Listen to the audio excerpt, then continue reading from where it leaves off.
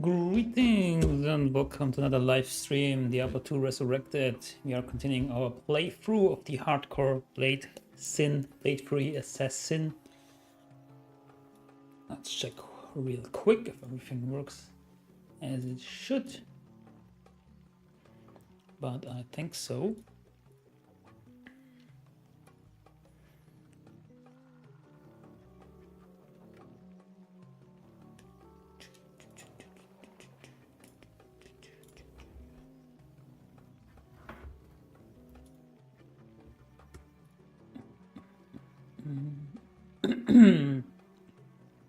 Hope you're all doing great today.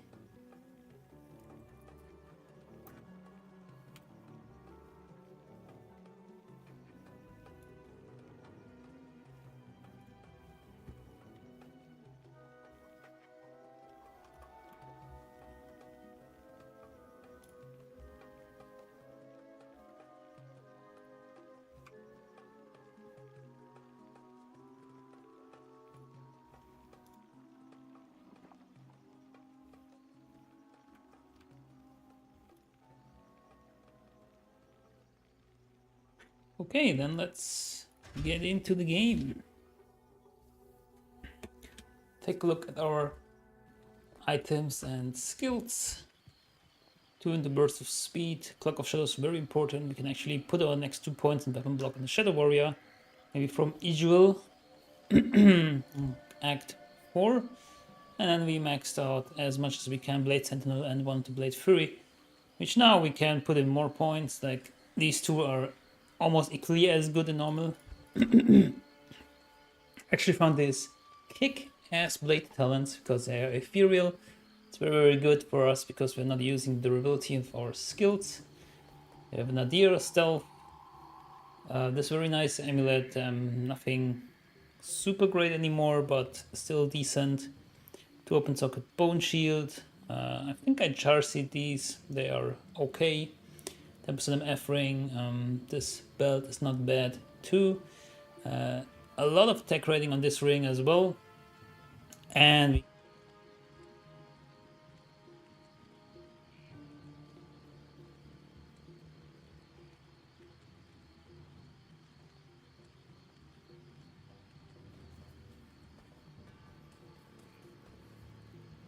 not here.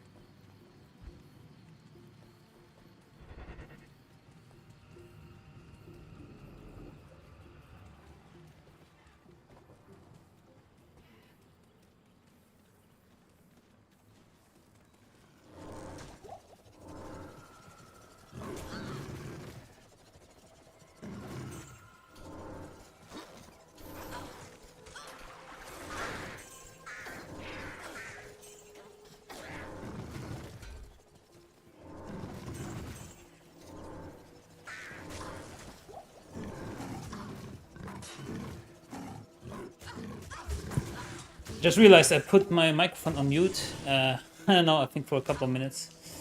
I think I said that we have a teleport staff. I gambled that, bought that last stream at the end. And we currently at players 1, probably going up when we hit the player jungle or something. So I may guess, are they going down here? Yeah, I felt like it was less than 120. Ooh, Spider Forest. Cost too much performance.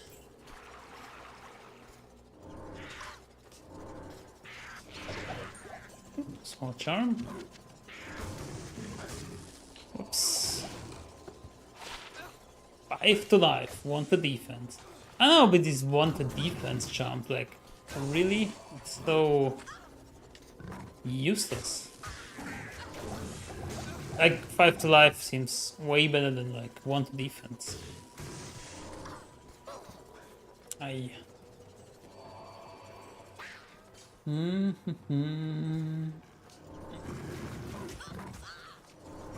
Still getting pretty good XP for it being P1.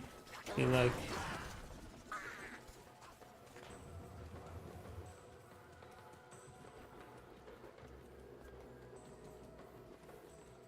So this is not the one we need.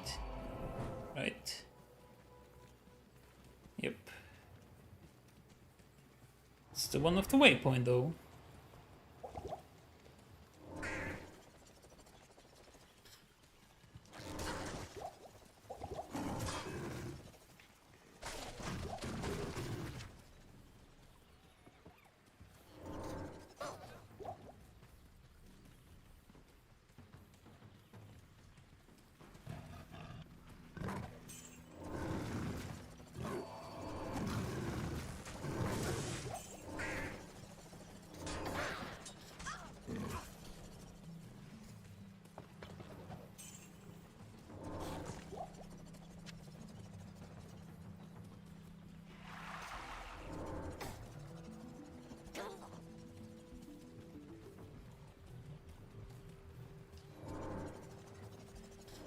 Thought the parrot or the bird there was an enemy.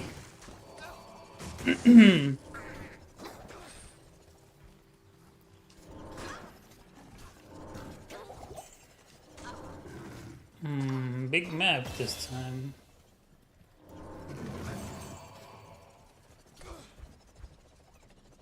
Let's try to get through the Shadow Master. With more vitality.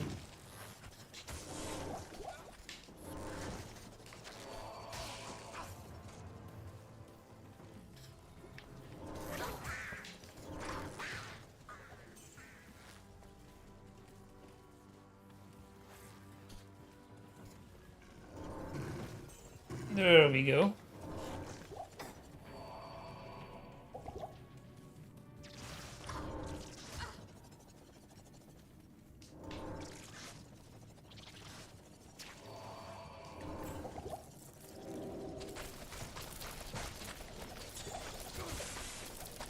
A jade figurine and then the rare amulet. Yes. Jade statue. What should I do with it? Let's take the cruise as well. Could be good.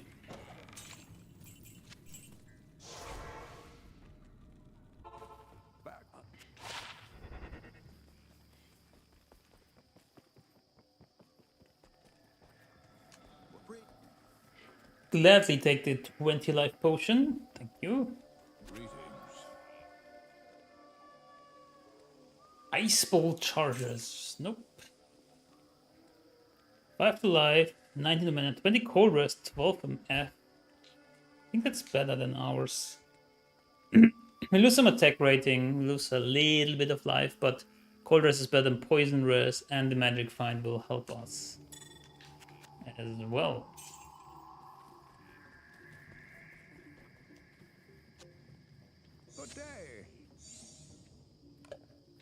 Oh yeah, and we found Sand as taboo, which is huge, because it gives 40 to life, and that's poison damage.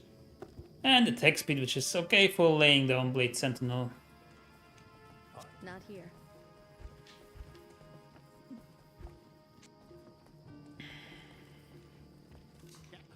Good day.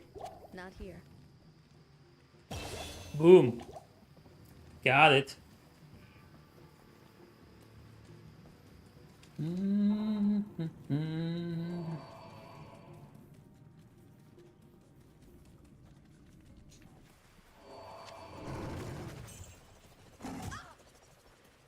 Ooh, is there a shortcut to play a jungle? It's Great Marsh though. Alright.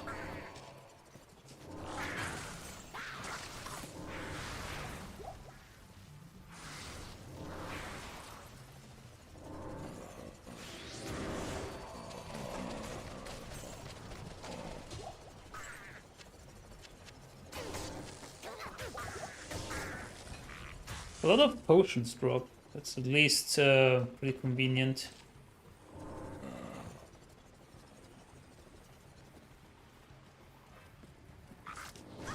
Yeah, I am dropping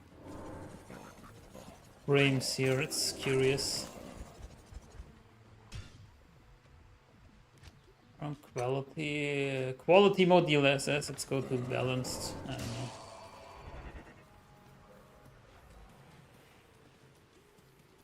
This should be fine on the stream. Actually, works out way worse. I don't know what's happening. I don't know what's happening in here.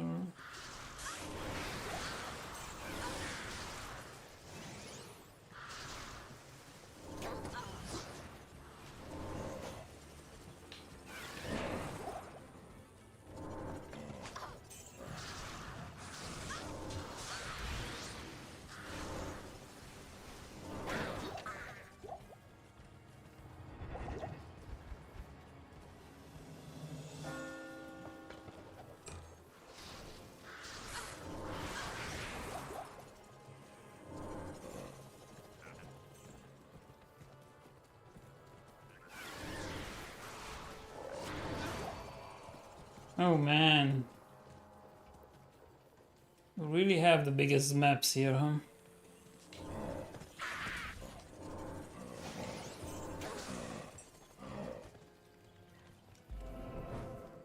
Great Marsh Waypoint. How often do you see that, huh? 100% run confirmed.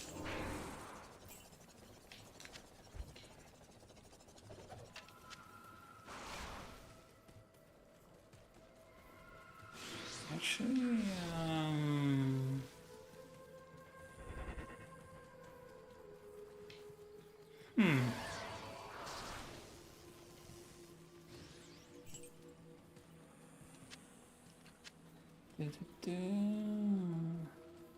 really hate it right now because it's so big and I have frame drops for some reason.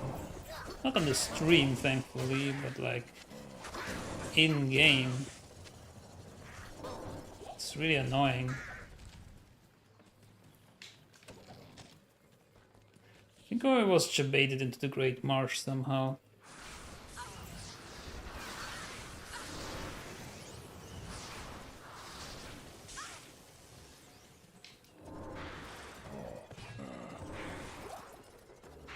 Oh, there we go. Player jungle.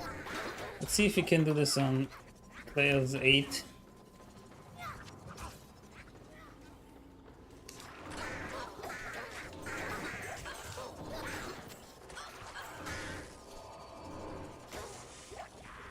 Hey, Dumpties! How are you doing? Nice to see you again. I can't carry anymore. Oh, okay. Ooh. Damage reduced by 2 or max damage? I think damage reduced by 2 is kind of nice. Question is, do we let go of this Magic Find Ring for around 100 attack rating or not?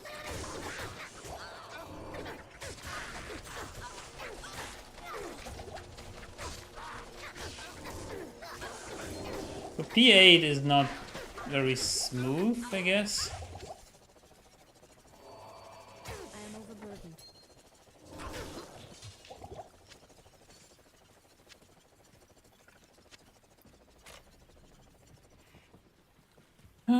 Swampy Pit, we don't need that.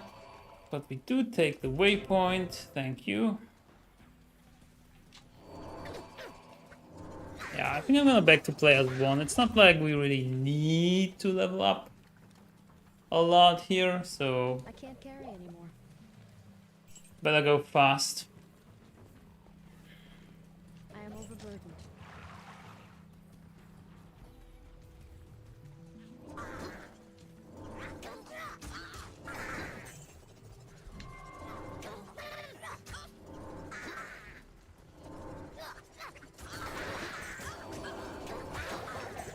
And even P1 is still decent experience, I feel like. I can't see my experience bar moving. Hello guys. I can kill you from over here. I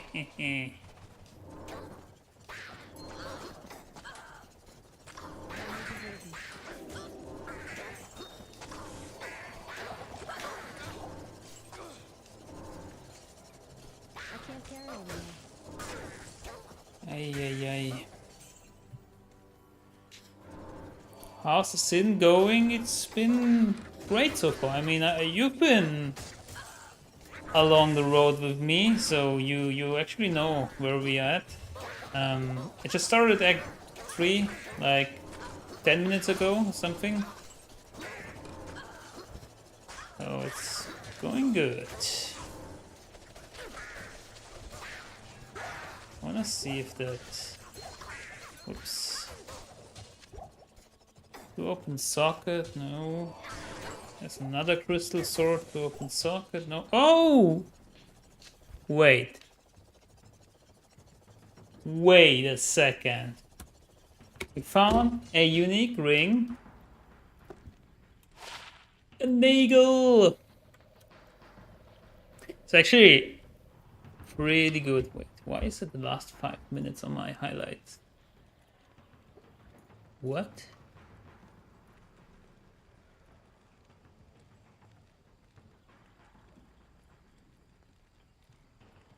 Wait a second, I need to check something on the NVIDIA Shadow Play.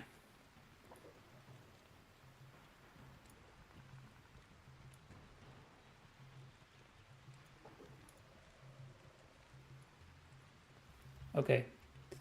So the Nagel definitely will replace this one. This is amazing.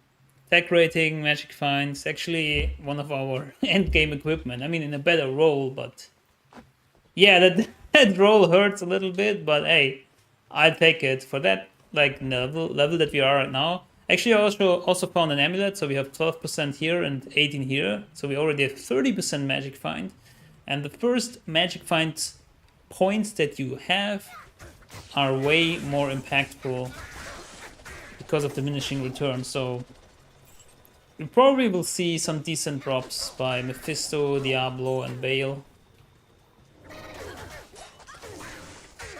And maybe some other along the way. Where the hell is the player dungeon?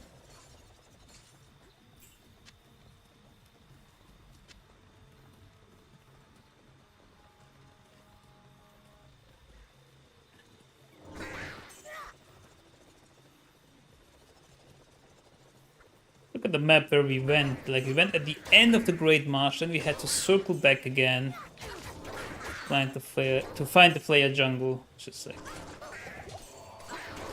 unlucky, but at least it's not a speed run.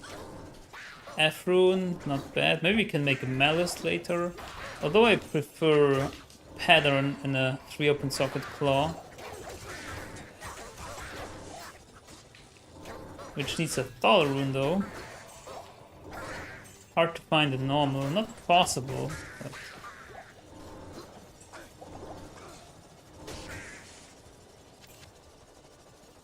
Ah, there you are, one possessed rat man.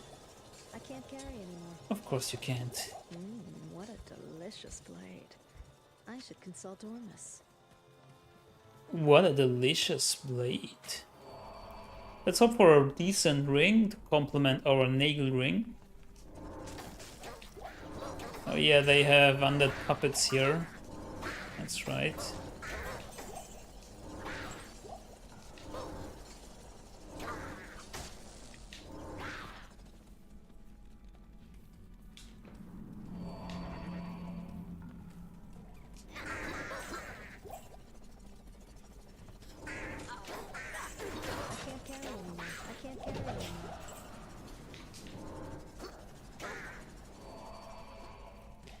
Is Mana Leech a priority? Why is there a... I cannot see your chat.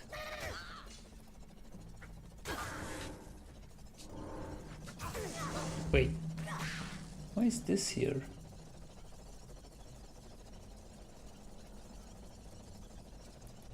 Huh? Now it works. Sorry.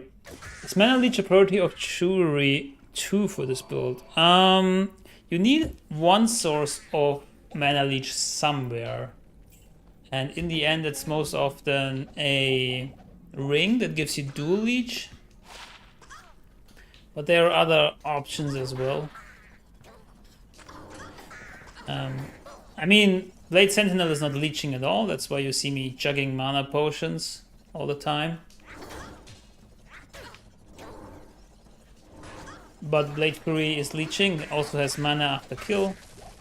Doesn't cost too much mana. If you're running full Natalia set, you will get mana leech from the set bonus, like 14% or something, so it's huge. It really depends, but you need some source, any one source of mana leech. Otherwise, it's pretty inconvenient. You have to use mana potions. Again, Blade Fury is not the most expensive skill. I think it costs 5 mana or something. Okay, required to cast 3 and then 1 mana cost per blade. But as you can see, you can throw a lot of blades. And you even regenerate against it. So I never tried an inside mercenary actually, because you know, just get some mana leech and you're okay, and you probably have some source of mana leech anyways.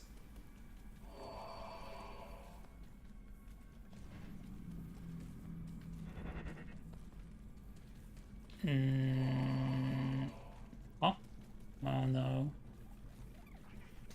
He's back there. Oh, level 3 really is really bad if you don't have teleport. We are actually only a sliver away from the next level and could use our teleport staff.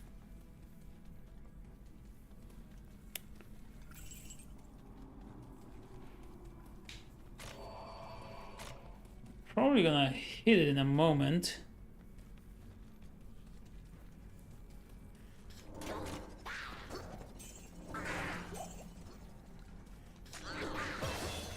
There it is. I am overburdened. I'm always overburdened, I feel like. Boom.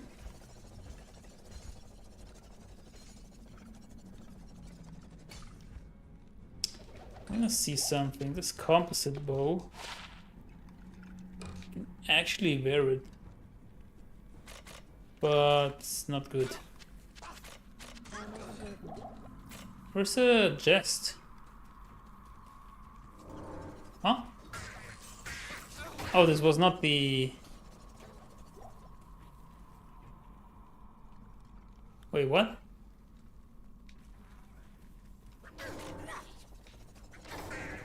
Oh, it's in the middle? Oh, there we go. So confused. It's always guarded by the unique, and I didn't see what the shaman was that we just killed. It was the unique, because it's not here anymore. Okay. So confusing. Carry anymore. Of course I can't. I'm gonna TP back just to get also my TP staff. Good to see you. And are these any good? Fire rest, poison rest, not great. And we need more strength for that too. Let's put the brain here. Got this guy, get my ring, and it is... Where is it? Here. Half restoration has actually some merit, but other than that, not good. Not good enough. Oh, there is mana stone per hit, so there you go. I think we have some on our claw. Probably gonna keep that ring for now, just in case we have like really no source of mana leech later on. Oh, yeah. No. What? Come here in my inventory.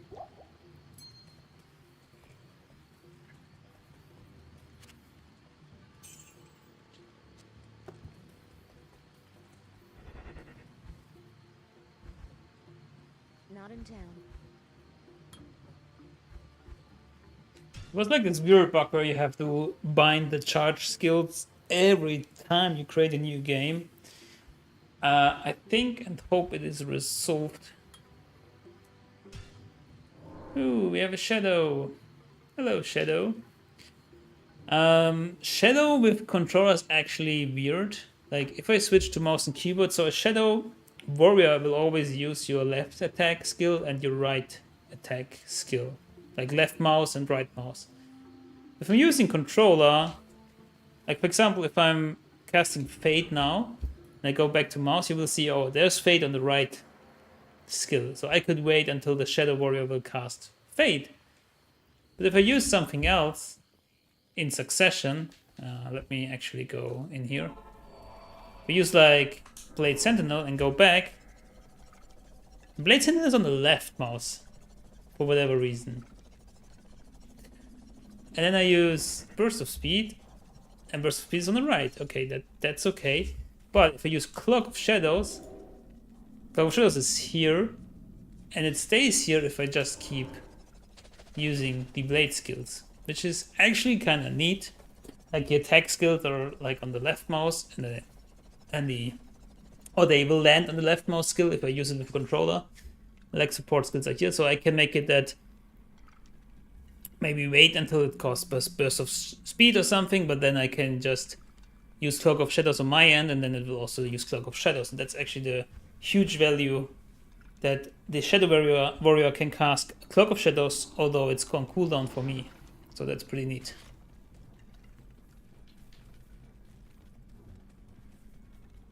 But you cannot, if you like solely playing with control, like for example on a console, you just don't know what skill it is that, or what two skills it is that Shadow Warrior will lose. See, it just used Cloak of Shadows, which is great.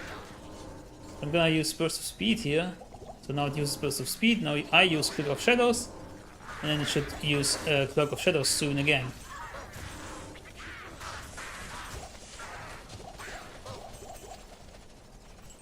So there's actually some argument for like keeping the Shadow Warrior or pumping it up instead of the Shadow Master. The counter argument is that the Shadow Warrior is just not as viable. Healthy? No, not healthy. What's with my brain today? Not as durable, I guess, as the Shadow Master, because Shadow Master has resist all and a lot of it, and also casts Fate. So yeah. I would definitely keep that leeching for sure, else you might have to gamble for a while from on. Did not copy to your abilities. Yeah, exactly. Yeah, I'm kind of gonna keep the leech ring. Maybe we need it later. It's a good idea you gave me with asking the question. Thank you for that. And yeah, tanky. Thank you. Tanky was the word I was not finding today.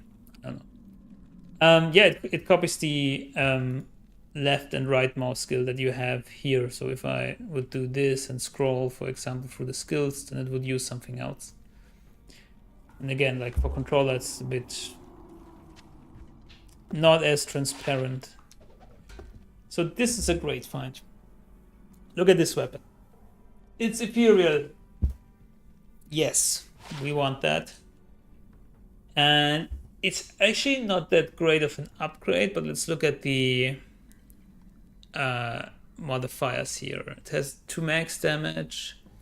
It has attack rating, but the other one has more, and then damage to undead. So it would be better with against undead. But other than that, I was hoping for a bit more because it requires actually level 16, while ours only requires level 6. But the min damage is very poor, so I don't really like it.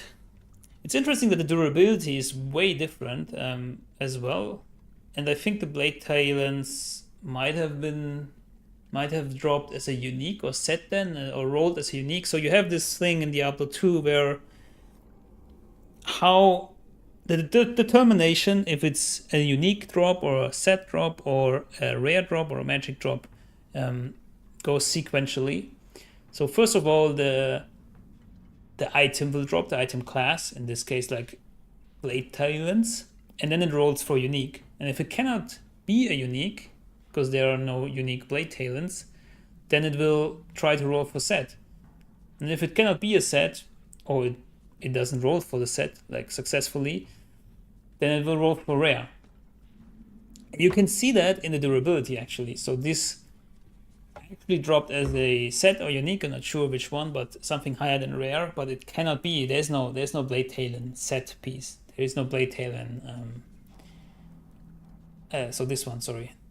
There's no blade talon unique, but you can see it has higher durability because for some reason the durability stack is higher than Don't ask me why, but that's just how it works. A little bit of fun fact. Oh, there was actually an exit.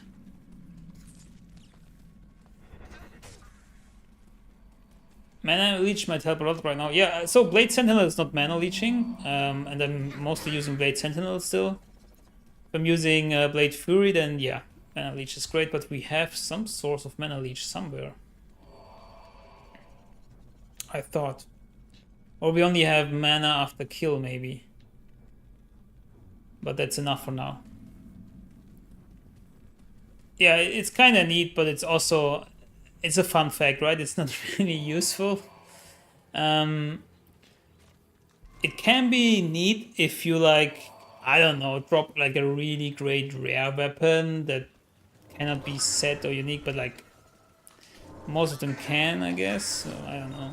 I don't know if there's like a practical use for it, or like if there is a chase there that you want it to be that way, that you want certain items that cannot be unique or cannot be set to roll like that to have more durability. I don't think there is something like that. If anything, it only makes your repair costs go higher if it breaks or if it needs more durability to repair. Oh yeah, that claw has mana leech. You're right. A lot actually, 7%. It's a high roll.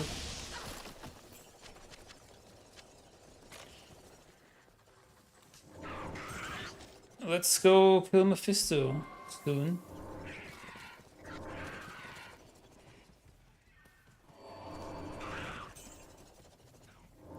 Seems a bit choppy on my end. I hope on your end it's okay. I don't know why. Flip a chest.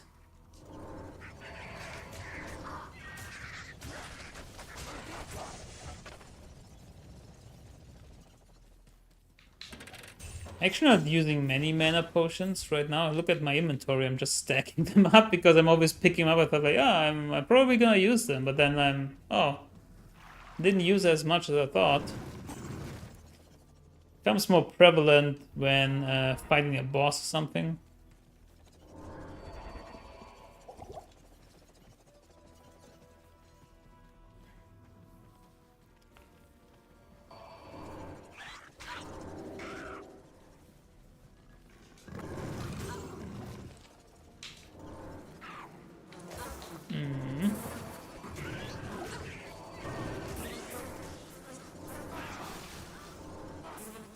Do I have VSync on? Yeah.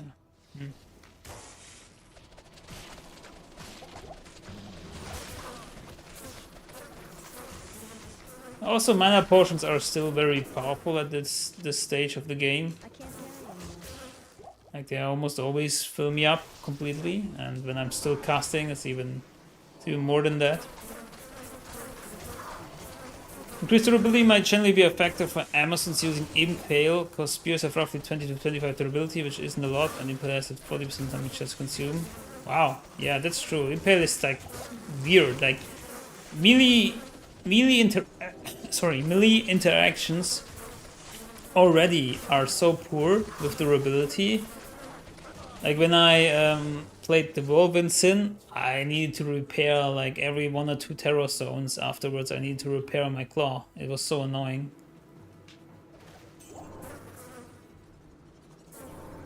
That's why you cannot do it in a superior claw, because the repair cost will skyrocket for superior weapons.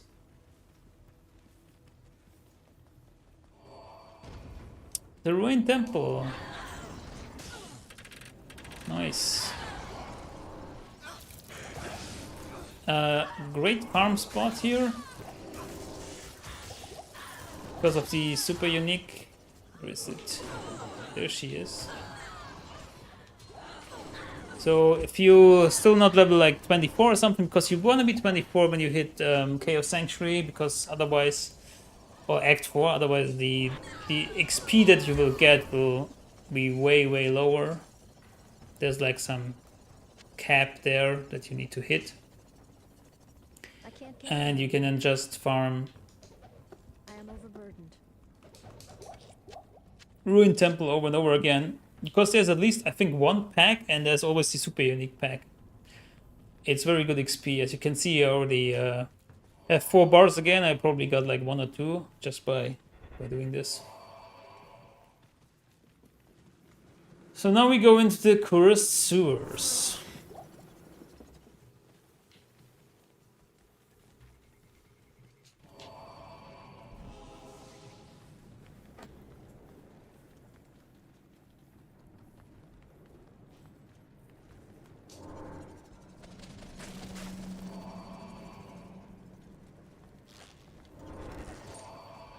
Oh, jump! Ooh, 7 lightning rest. That's pretty good.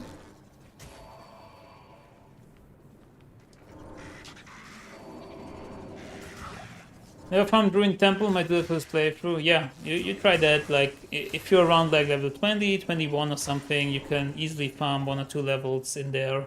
Maybe even more if you want to, but there's not really a reason to go beyond like level 24. Like I'm already, and farm there because we are strong enough and we have a high enough level to proceed and get experience while going through Act 4 and 5. But it's usually like the stopgap where you say, oh, okay, let's check what level am I. Should I farm to hit level 24 before I proceed to Act 4 or not? Because your experience will be very, very little if you're not at least level 24 in Act 4. And it's just a waste. You would spend more time catching up with that little experience gain than you would just farming a little bit of Ruined Temple or whatever you want. I guess Travincle is great XP if you can just farm it on normal. But it's harder. It's more dangerous if you play hardcore.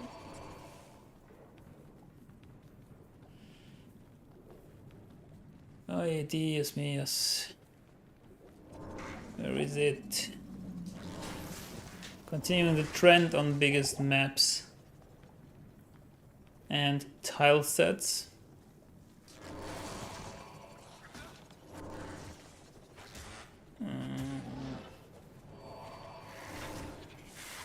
It's here, right?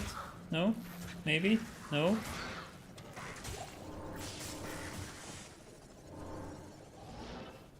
It's here. So there's always a super unique here, but it's harder to farm since you don't know where it is. I mean, after you found it in single player, then you can go back again, of course. It's easier. Like, I could very easily farm this and also get some decent XP, but it's only 1 pack, 1 super unique. The Ruined Temple is definitely way better. Sometimes there is a unique here, actually, but not always. Sometimes there's no monster at all here. Ah, shucks. What did I do? Anyways. It's better this way. I need to go back anyways. Boom, let's get some dexterity going. I really worry about strength, because we might find a claw that needs more strength, and then we don't have the points for it. But I don't want to put strength now, because other than that, it's pretty much useless. It gives us a little bit of plus damage on our blade skills, but it's negligible. So I don't know. I'm really not in-depth defined this playthrough where I can say, oh yeah, that's the point where I put points to strength, and now it's level 25, and now I put 5 points here, and it's more of like a feeling thing. And then we already got like 55 into dex to help with attack speed and everything, so I think we'll be alright. I think we'll be alright. Oh yeah. Those guys. So zealots are interesting. You can actually see there if they are higher or lower level than you. If your character level is higher than they are, then they will run away from you. If your character level is lower than they are, then they will actually attack you. That's also a little fun fact right there. Ooh, XP shrine.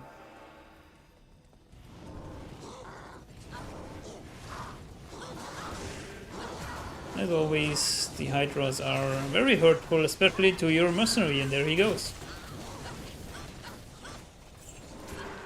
Because the Hydras, once upon a time, did a lot more damage. And then they nerfed it, so they do like, I don't know, 50% less damage to characters or something.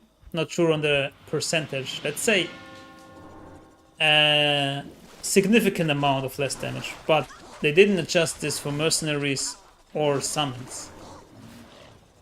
That's why the mercenary always dies. He just takes so much more damage. Fears dispelled. Hey Rosen, what's up? How you doing? Hope you're having a wonderful day that only gets better with some D2R content. Good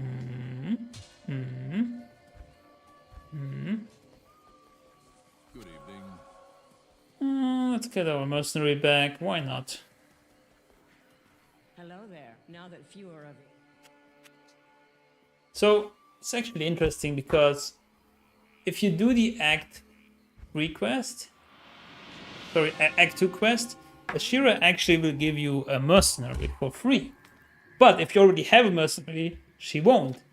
So now I can hire one, but I still have to pay for it. Isn't it? That's uncool, huh? It's not cool, Ashira. Let's get Fazl back. But I actually don't want him anymore. I'm getting the Fire Mercenary here. It's either Banji, Scorch, or Khalil. I think Scorch is a nice name.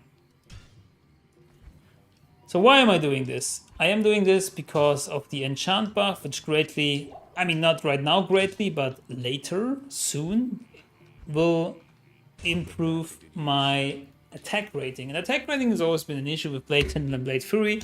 Somewhat it gets mitigated by putting more points in the Blade Fury and then with your gear. But it's always nice for every physical damage character to have more attack rating.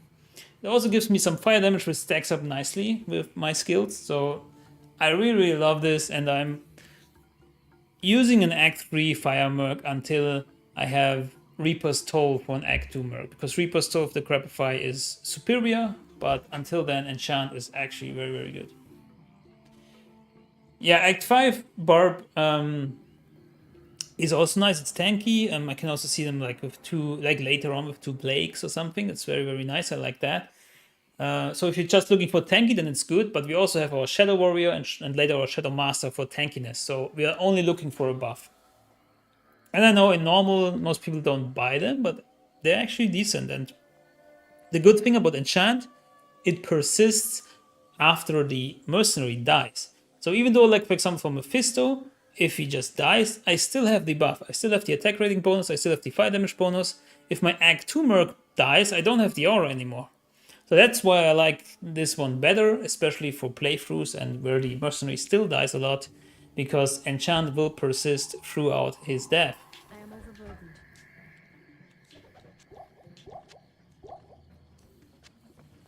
I want to give him a shield, though, somehow. Maybe. It makes sense to give him a deer, maybe. Add some defense and strength, but yeah, we have mana after each kill there. Don't have a shield here, anyways. Alright.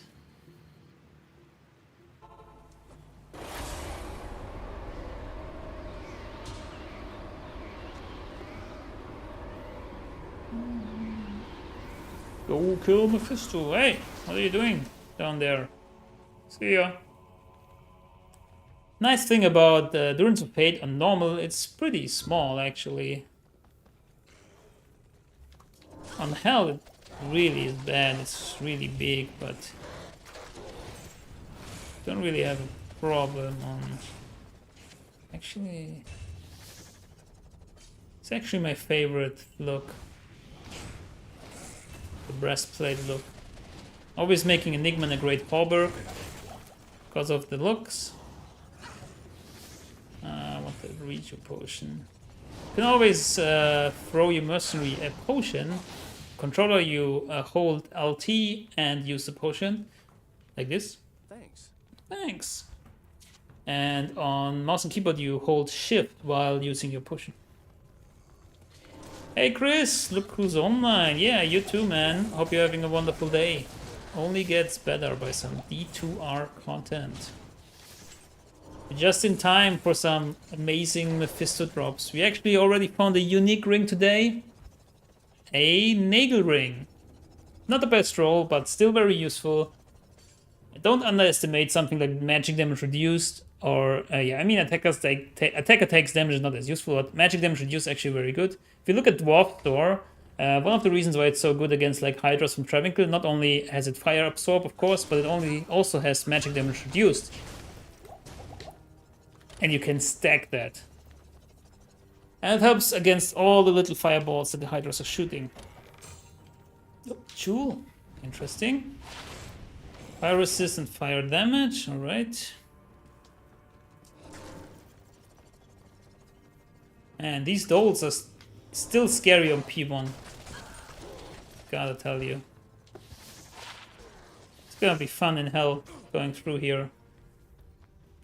Nice waypoint. We could actually also farm Mephisto for some gear, but I don't think we need to. We have a decent amount of 30% magic find.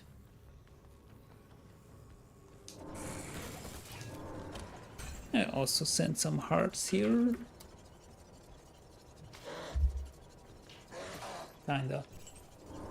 Need to be careful not to die here.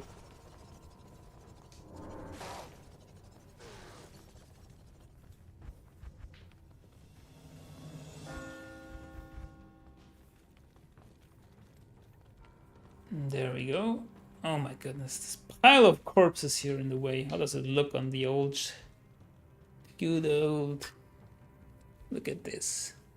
So pixelated, my goodness. And then... Wow. This is how we remember playing it 20 years ago. And this is how it looked like. I'm still amazed. This is one of the best remakes I've seen. Where like...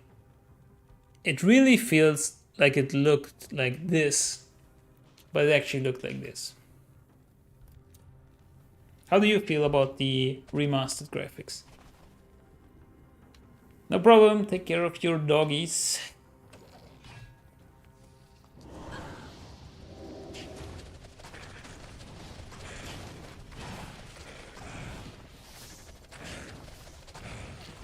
We got almost 1000 attack rating, which is nice. A good amount of damage. Again, I just like enchant very much.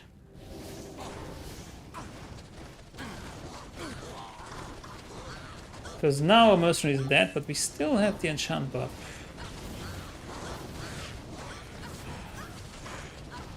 And I gladly pay like, what is it? 3,000, 4,000 gold for resurrecting the Merc for an enchant buff? I think that's pretty cheap. It's worth it.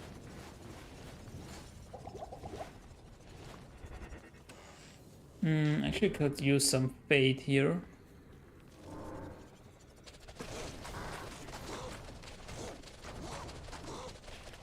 Just to be safe. Because we don't need attack speed for Blade Fury, we only need it for laying down the Blade Sentinels. But we are not doing that as much anymore now. Hello Mephisto.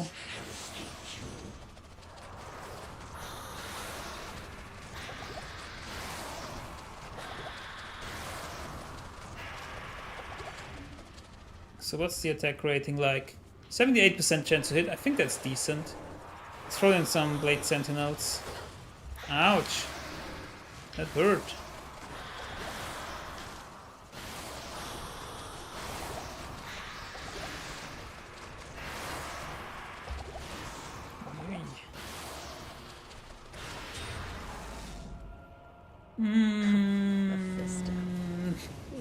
Not great. Crucia, don't bring any luck. What's happening? Not this time, at least. I don't even know if I want to pick up anything here. Guess for the money. Scale mail. Oops. It's just Eisenhards, right? so bad. Maybe Great Axe.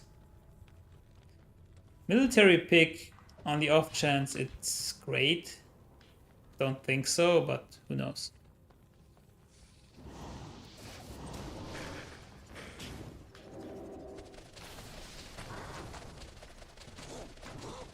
I don't really like the knockback, but here it seems useful.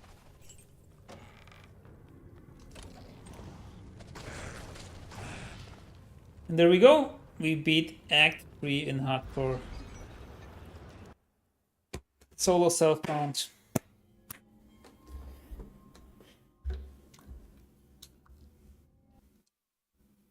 I actually didn't even cast my Shadow Master, Shadow Warrior again. Whoops. Hail to you, champion.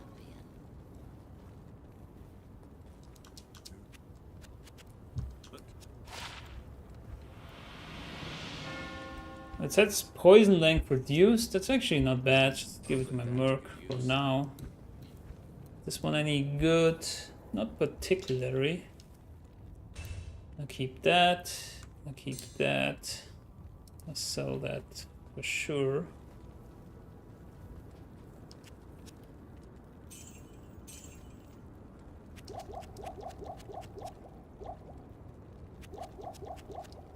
I always also look for vendors if they have something nice, like in terms of belt, for example. This is 19 to life, which is not bad. Actually a bit better maybe as ours. If I would knew the FHR breakpoints by heart, then I could tell you, but I don't.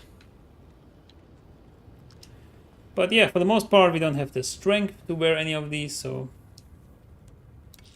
What level do we need for Sanders? 28? Alright. Okay. We could potentially make another... No, we cannot. We don't have a Talron. I thought we could make another stealth for our Merc. Because the faster cast rate technically helps.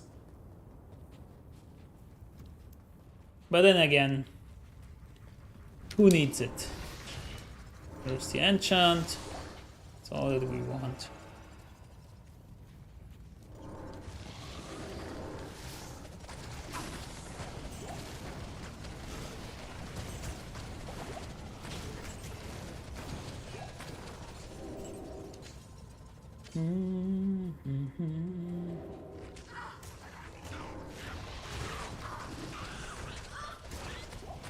Need to put more points into Blade Sentinel, I feel like. Only have 1 point of Blade Sentinel. Sorry, Blade Fury. Blade Sentinel is still strong, which is good. But it will fall off soon, because it cannot keep up with the blade with the attack rating requirements. And Blade Fury has a 10% attack rating bonus per level you put into it, which is okay, which is nice. I'm glad we got that. So a lot of people go for Mind Blast. I don't like it. I'm not a Mind Blast user. I don't know if that's a thing or not, but I just don't like it. So I'm going to put more points in the Blade Fury. What I heard a rune.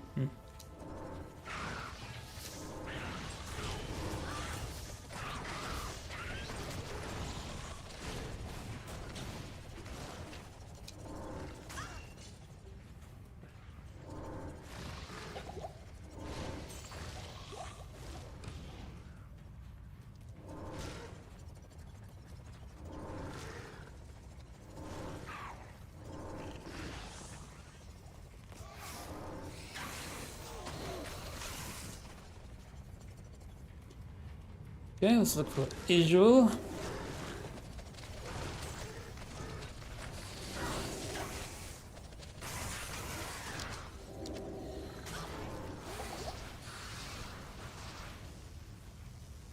Israel, come out, wherever you are, there you are. Good boy. He is kind of tanky, so this might take a while. I think once in the playthrough I found Rixod's Keen early in Act 1, which gives you like 20 or 25% crushing blow. It was so good. That's what we're missing right now, so even against Diablo it could take some time, and it's a bit tricky It's actually our first real challenge, I'd say. The pistol was kind of smooth, but Diablo has a lot of HP.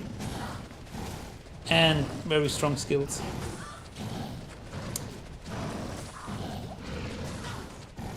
And there we go. Was not generous to us. I once found a rare circlet on the normal issue. It was so good. Not this time though. Not this time.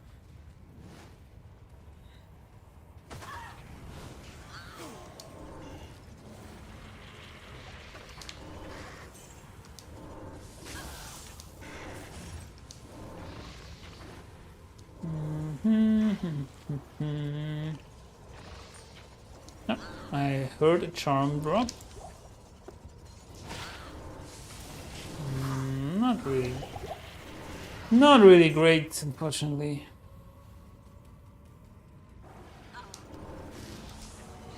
Got some cold rest.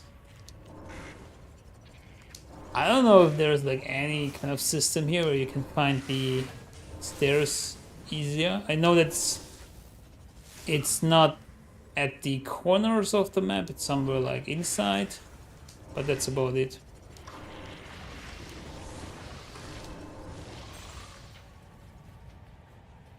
There we go. It wasn't too bad. Now we are going to do Health Forge, of course. Hope for some nice rune drop. Thal rune would be optimal, because then we can make pattern with Tal or Thal if you find a 3 open socket claw, which we cannot shop, unfortunately.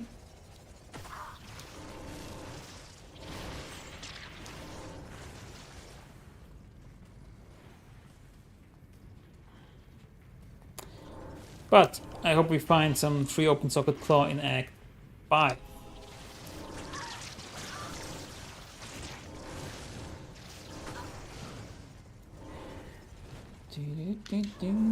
All on hopium. Who run depends on hopium. That's not true.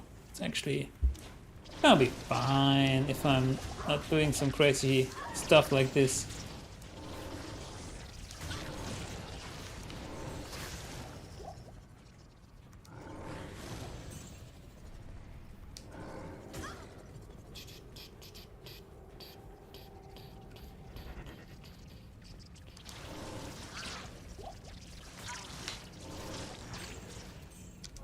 Yep. Let me just use this here.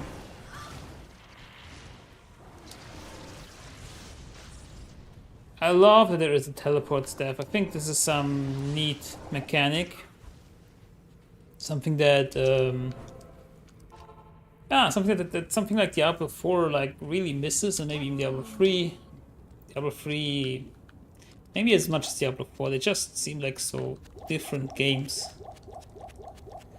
I actually started Diablo 3, the new season, but I don't know, like leveling up seems so cumbersome. It's like work until you get to the good part. And if Diablo 2, I feel like from the first act, I mean, I even enjoy the first act the most, I feel like.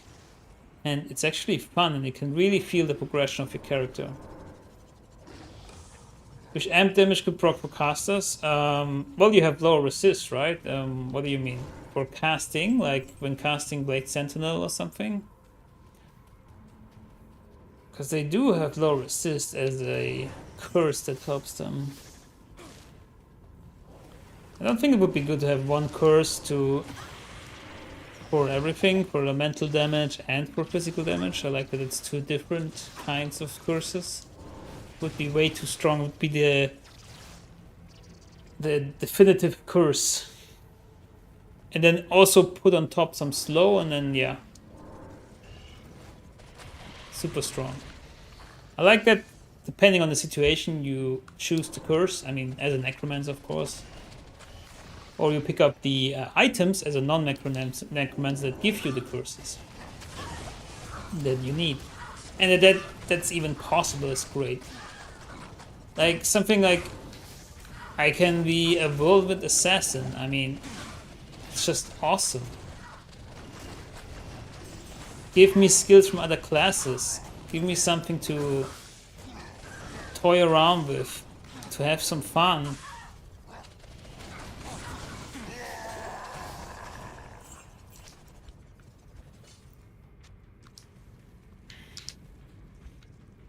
Let's hope for the best. Let's take some vitality.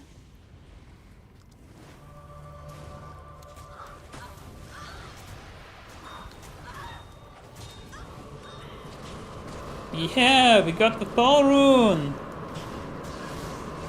Might even be the highest rune we can get here, I'm not sure. It's technically a... No, it's... I mean, it's not a nightmare rune, but you know. And a ruby, which is also great, because with that we can make some blood gear. Really lucky. She's a caster that can proc amp, but Barbie ain't. Ah, who's a caster that can proc amp? You mean me? Blade 3 assassin? But everybody, but Barbarian can also proc amp damage, right? Not quite sure I follow you here. Maybe you can elaborate. Put these in here. These are great finds.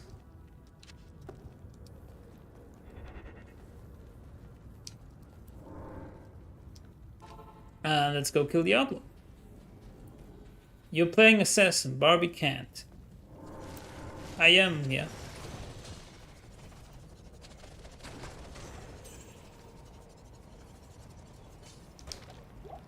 I don't have amp damage though. I mean, I really like to get Atmas later, but I don't know if I can get it in my solo self-found playthrough. Ah, Warcry and Shockwave, yeah. Yeah, I mean, that's what you get the Reaper's Toll Mercenary for. The only problem with Warcry is then that you don't really have the mana sustain that you need. And I don't like that. I feel like... I think they even lowered already the amount of mana that you need. But it's still so much. Even with an inside merc, you need to chuck potions. And it binds you to an inside merc. The Reaper's Toll would be so much better. Oh, that's good. I can make a lore later.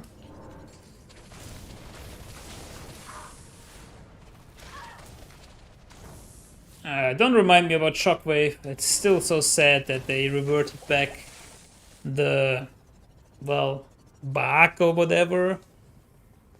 The viability. They reverted back to the unintentional viability of Shockwave.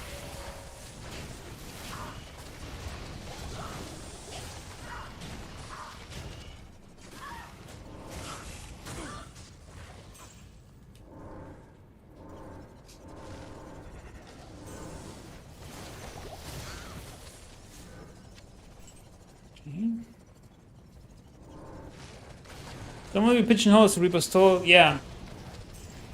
Exactly. No, I'm with you on that. It's some builds, I mean, it has been like that, right, for a long time. Like, some builds rely on insight on the mercenary, other than chugging potions all the time, and others like need Reaper's Toll to be excelling. Just is what it is. We won't see any changes. I don't know why people think anything other than they don't have any resources on this game other than some skeleton crew maintenance, like maybe some apprentice or other, and then some mid-senior guy who comes in when there's issues. Like, there is no money to be had in this game for Blizzard. Not at all. It costs money actually to run the servers and everything. As much as I hope they would change something, at least bring some new rune words and stuff, I don't see it. Like, Diablo 4 has to be dead for good for that, and I don't know. I think Diablo 2 Resurrected is a much better base game than Diablo 4. But also Diablo 2 started somewhere, right? I mean, talking about Resurrected here, it's in a good shape. But maybe over time Diablo 4 can also evolve into something, but it's still stained, or always stained by like microtransactions and like sketchy stuff where they want to prolong customer retention and like make you play longer. They have 10 people working, how do you know that? Server costs actually shared between the other AP, they don't cost much servers. Yeah, servers right now probably not expensive, but it's still, I'm just saying it costs them. Like, I didn't say how much, it costs them. It is a legacy product from their point of view. And usually what companies want to do is get rid of legacy, not support it further, not making updates. Because if they're making updates and more people are playing it, yes, technically that's good when more people would buy the game, which I don't think that will happen on a grand scheme of things, because most people will look at it, like new people, and say, oh, it's so old, the game is so old, despite the graphics being modern. So if they update it and then people continuously play it, then they still have to put in resources. Like, strategically, it would be better for Blizzard if everybody who plays D2R right now will play Diablo 4 in the future. It's just what it is. It's only sad that there's no real mod support on D2R, because that really helps for the longevity of the game. I just cannot bring myself to play Project Diablo 2 and go back to the to like this, right? I can't. Like, it's no. It's just, I cannot. Inside information, resources are spent whether this game is here or not. It's true, but the question is how much resources. And it's very much up to Blizzard on how much resources they want to spend and what will give them more return on investment. And they see that in Diablo 4 more than any other of their games, Diablo games. I am overburdened. They're not gonna enable online mod, anything goes against borderline, yeah. That's sad. Oh, we still have a great game at our hands, and at least they're doing weather resets. I wouldn't even call them seasons. Like, I mean, it's called season 5, but let's be honest, it's a ladder reset. That's all. There's not a single minuscule change in there. And seasons typically come with something fresh, but other than the ladder being fresh, there's nothing else. Not actually that much. I can I think I need to concentrate a bit here. It's not up to Blizzard, it's up to coding and his personal needs. Remember, Koya has a gameplay force. I think people attribute too much to Kodik. Like, this is a really huge company, and yes, he's the CEO in the end, but a lot of these decisions are not all made at his level. Like, there's a lot of decision making at upper level management that doesn't even reach him, because why would it? But there's a general strategy that is discussed and made, or discussed with him and by the board. Like, for example, replace legacy, invest in games that have microtransactions, don't invest in games that don't have microtransactions. I can see that being a strategy, a definite goal for the company. Don't invest or don't make any new things or updates for games that don't have microtransactions, because it just doesn't make the money. I don't need this one. Coding wants most pros at least work. The textbook is strategy. Upper management gets a kickback and must follow his plan. Yeah, that might be the case, but again, like, probably one of the goals is not to invest into games or anything that doesn't make profits or money. And Diablo 2 Resurrected, unless it will somehow explode in viewership, in players, so that new players come in and buy the game, it won't make any money.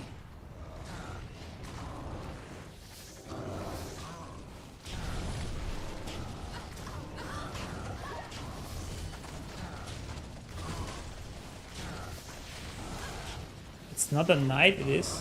Huh? What do you mean a knight?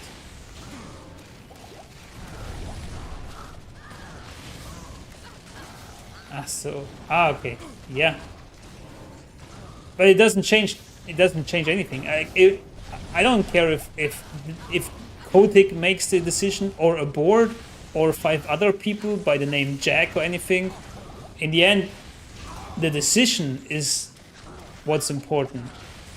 And the future, for example, for something like Diablo 2 Resurrected, if it concerns me, and it does concern me, or it's of interest to me, so I don't really care if it's a single name up there who makes the decision. It's in the end, it's like Blizzard, and if it's Kotick, then it's Kotick.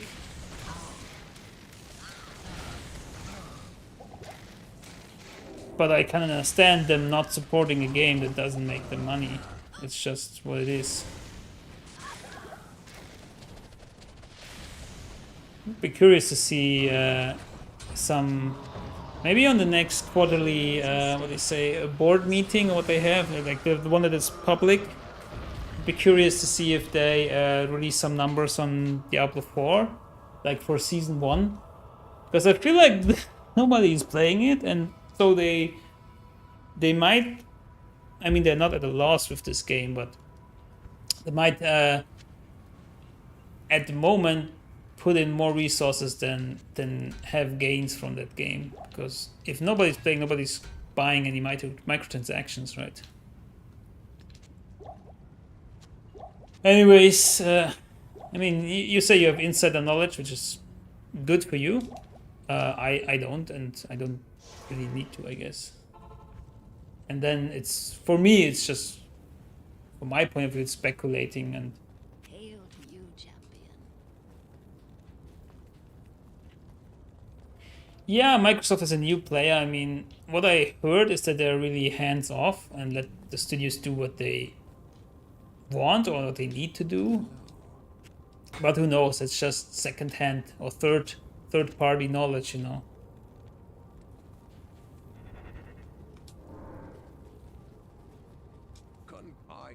So I don't have any. I don't have any rejo potions anymore, which I don't really like. We got another poison res here. We have a max poison res merc now. Yeah, we have three skills now. Level 26. Let's see. Okay, let's put them all into Blade Fury. And then some decks. People are playing D2, D3, and DI, and D4, but it's clear 10 to 3% of the user base have went to other games with another IP. Yeah, maybe even more so. I mean, Diablo 3 now has players coming back again because of the season, but before that, I feel like, I think there are not that many playing. But I don't know. I'm just going sometimes by like looking at how many people are watching on Twitch on it or something. It is an indicator, but it's not, you know, it's not giving you like exact numbers or anything. Like just interest in the game, right? And interest does not equal player base, but to some extent it gives you an idea if a game is popular and also played by people. Because if more people play it, the more people watch it, and more people play it, the more people watch it. Guessing Diablo Immortal is still hugely successful in terms of money, and Diablo 4 is also very successful in terms of money, so they're gonna keep developing on these. Anyways, we reached Act 5.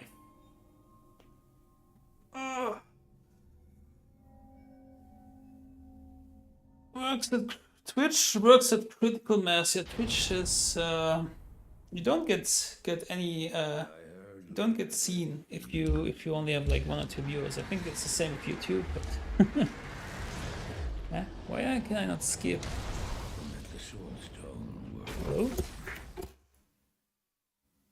Okay.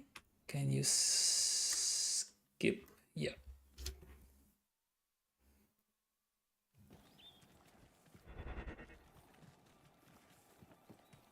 What do you need?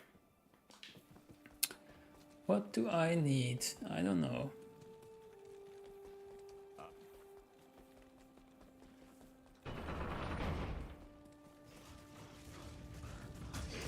You'll pay for it.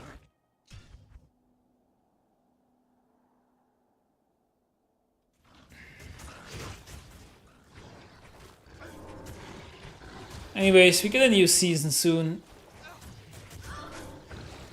So that's good. I think in 2 weeks.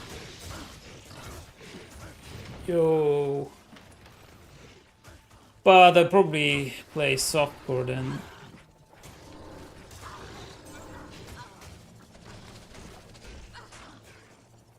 Softcore Bladeskin. Going into Robinson. And then maybe going into Mosaic? I heard it's like still the most broken build in the game.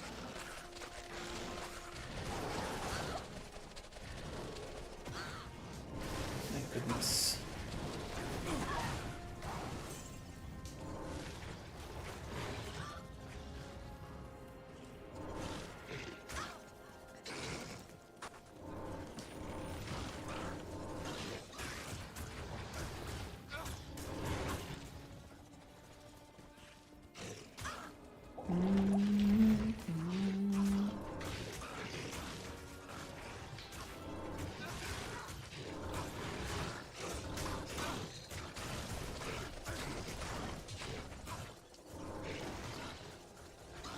You already done with Act 4, how long was I gone? I don't know, but Act 4 is the shortest, right? So don't worry about it, I think it's just 20 minutes, half hour. Means your dog's got a good walk, so it's good. Unfortunately, no drops from Diablo. Like nothing really worthwhile.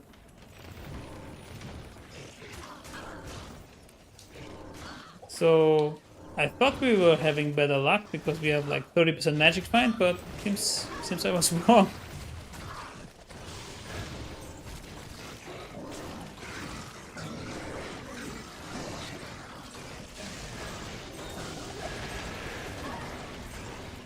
There we go.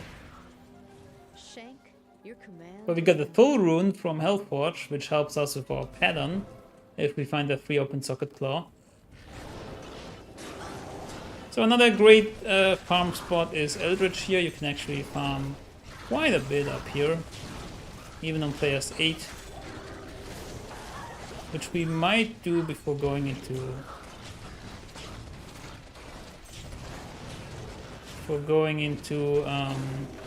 Nightmare.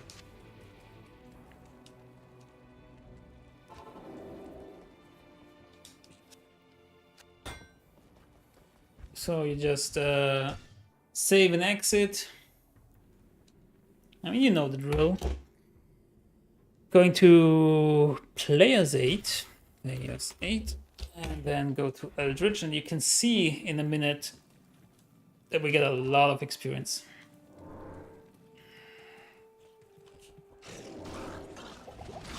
Oh, there's another unique here.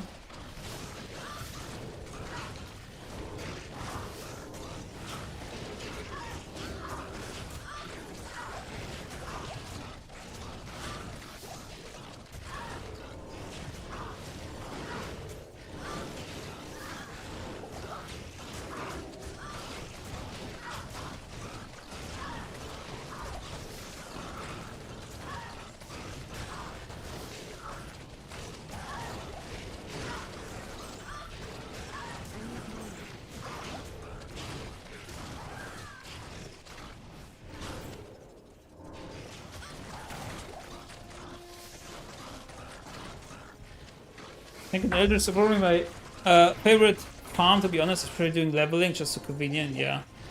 It's really great, and it's quite easy.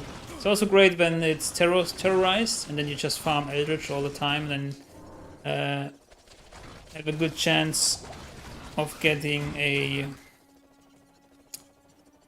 Sundering Charm. I am overburdened. Goodness. I'll put that to good use. You put that to good use. I think that's better than Nadir because it gives us 27 lightning resist, some life, some energy. Nadir just gives us, I don't know, mana after kill? Defense?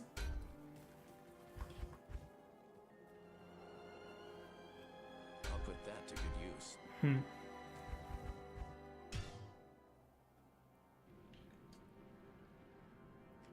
Can farm out some levels, I guess.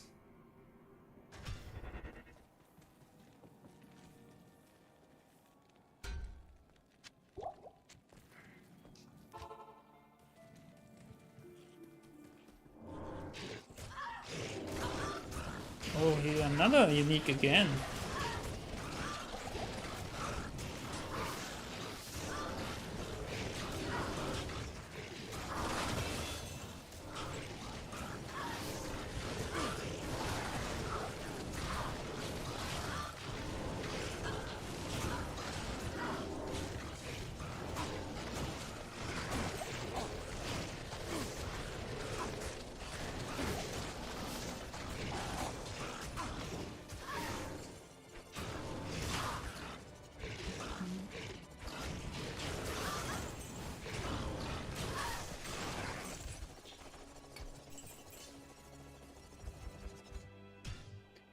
We get like 4 to 5 bars.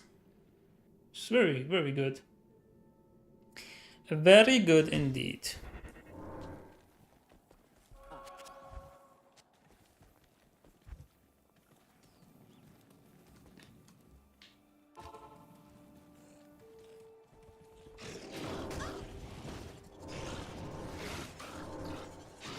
Now we don't have the second pack though.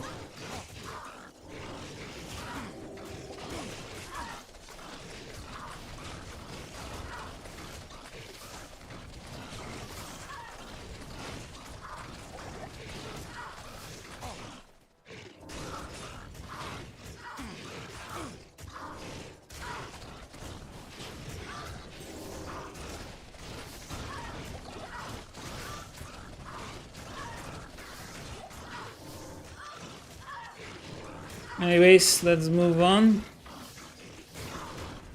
Players 1.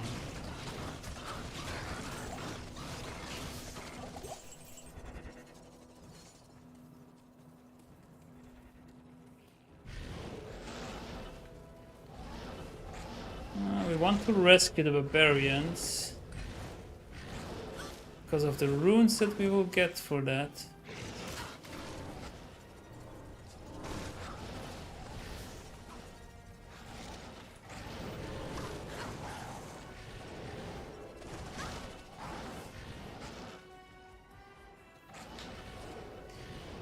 I can find them.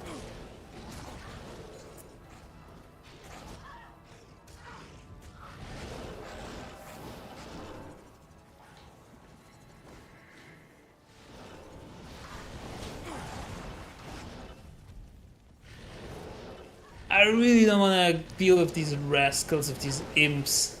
These are the worst. I can deal with this guy here. Also super unique, and we get a unique bastard sword, which is not really super helpful. Maybe we should get an Act 5 mercenary, huh? Just make use of this. Poison damage, decorating, prevent monster heal is actually not bad.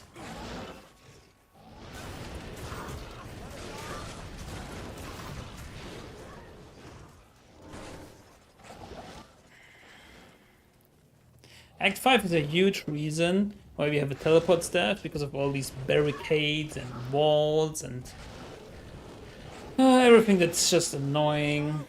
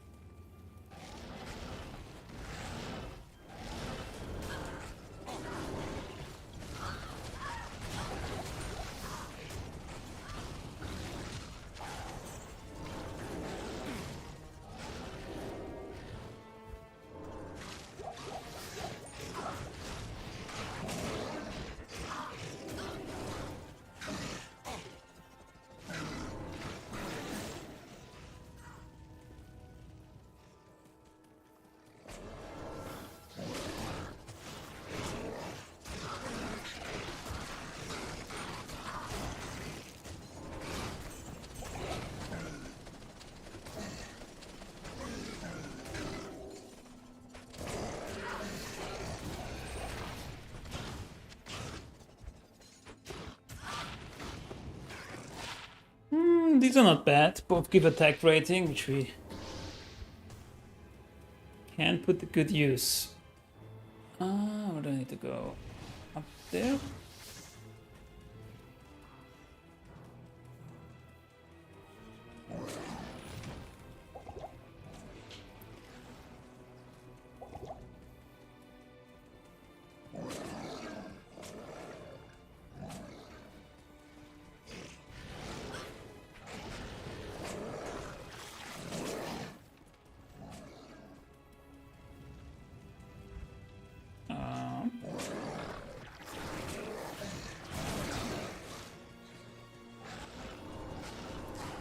Another super unique.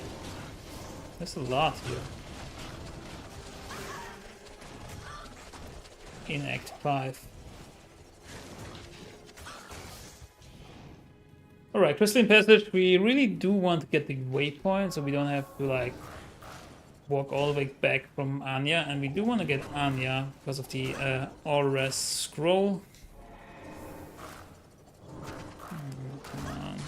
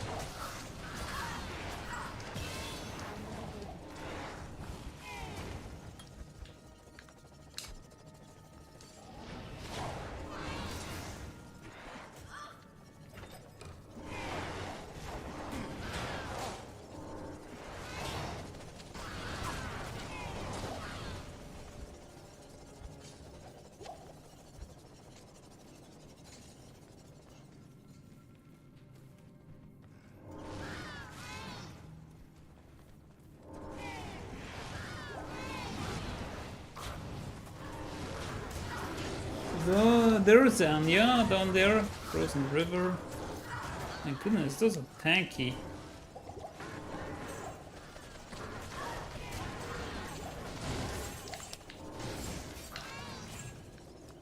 And there's the glacial trail, so we just need the waypoint now. And we don't need it, I guess. Let's see.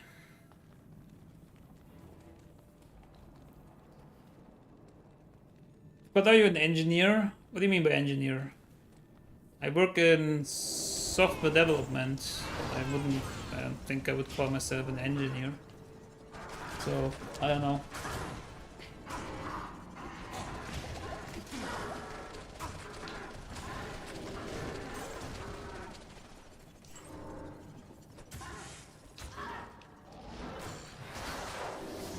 Yay. Risky teleport of the day. And now the urn. Okay, it's only one berserker.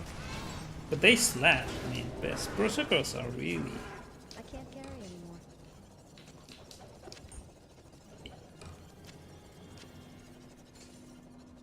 Software engineering. Yeah, I mean, recently I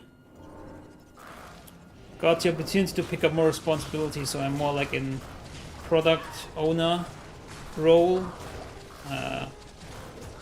So yeah, more on the management of priorities and projects.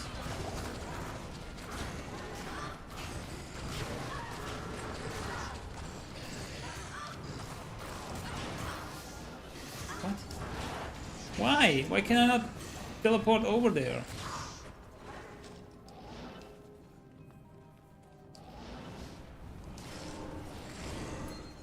Nice, good job, bro. Thank you. Yeah, it's just started, like the additional responsibility, and it's actually quite a lot to get into it first. So we'll see how it will work out.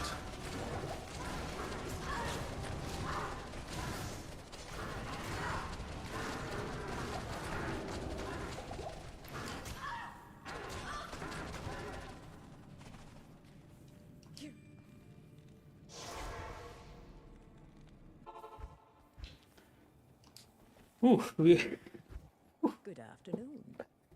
we had one town portal left. Can you imagine? Yeah.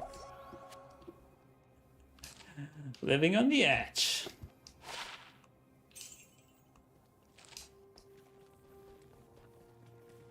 Hey, you and the bro, yeah. Thank you. Yeah, again, like it comes with more work, more responsibilities, and yeah, this. I recently moved to a new apartment together with my fiance, so there's been a lot of work recently. A lot of works.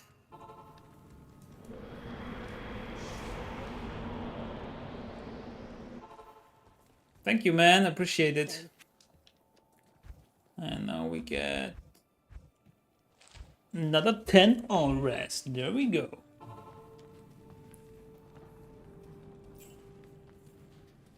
Oh, I couldn't teleport. Oh, because there was no landmass there. I see. But I can do this, right? Nice. So let's go kill the ancients.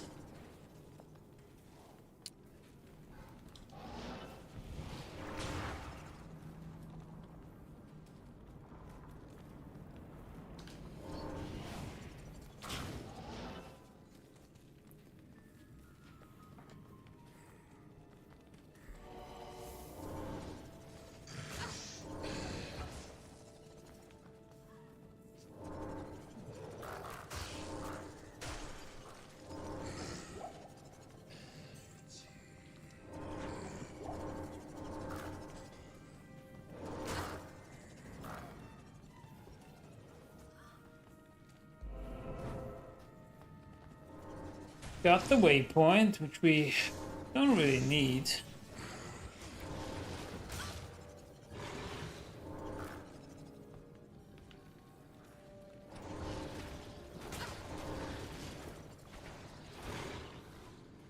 I think Act 1 is more enjoyable because you actually are playing through it, killing stuff. And Act 5 is like just, oh, I run through, I get Anya, I get the Ancients, I get Bale, okay, that's it. But it's actually beautiful here. Other than these, like, yeah, these frozen tundra and stuff with these guys. But the caves, Glacial Trail, Ancient's Path, like, they're really cool. Path of the Ancients? Path to the Ancients? What's it called? We'll see in a minute. But like, this one looks cool, but like these tricks are such so annoying. My goodness, worse than the imps. Not imps. Fallen. There we go.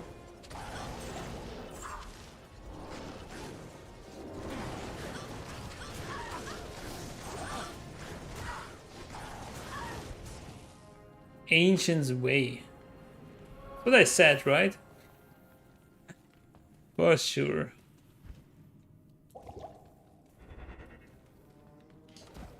Oh no. Moon Lords! Get away from me! Uh-oh. Ow, ow, ow, ow, ow. Maybe I shouldn't go into inventory when I'm fighting Moon Lords.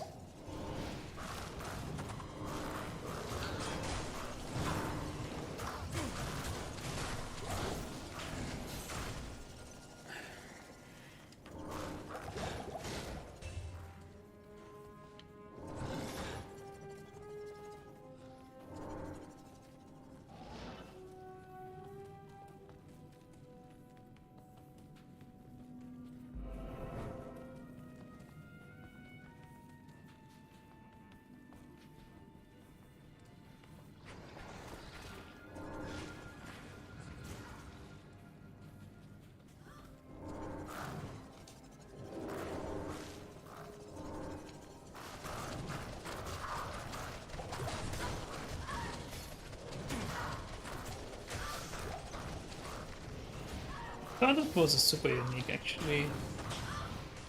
Seems not so.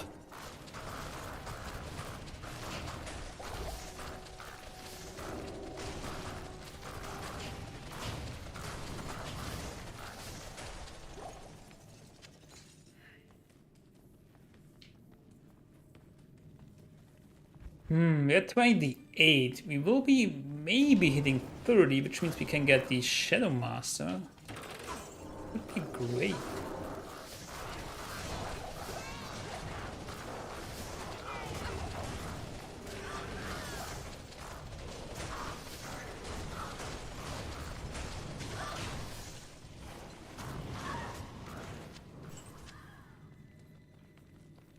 Nope, that's not where we want to go. Not the Icy Cellar, please. We need the Ancients Plateau. Or whatever it's called. Plateau of the Ancients? Mount Ariad?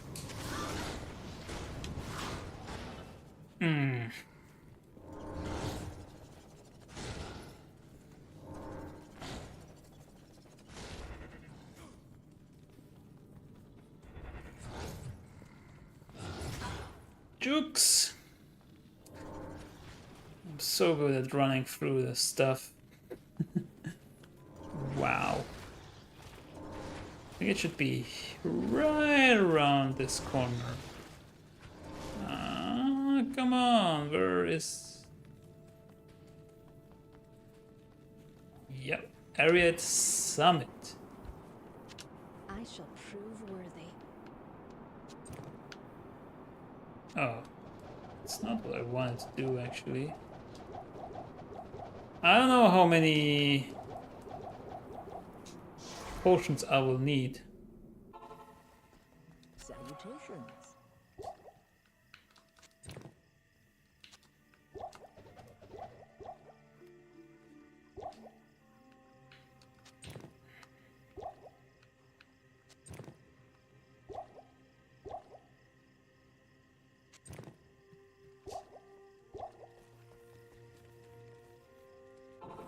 That should be enough. It's only normal. Famous last words.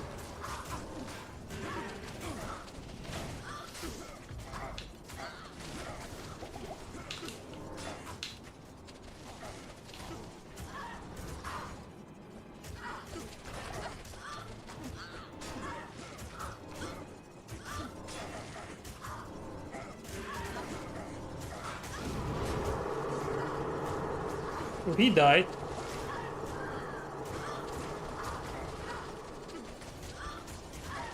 Well, I guess this was way easier than I thought.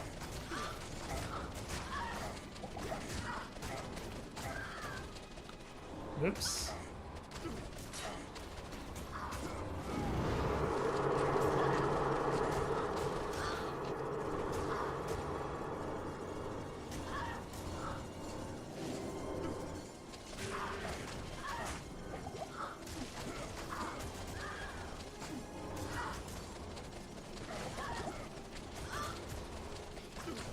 Don't move, so I can throw my blades at you.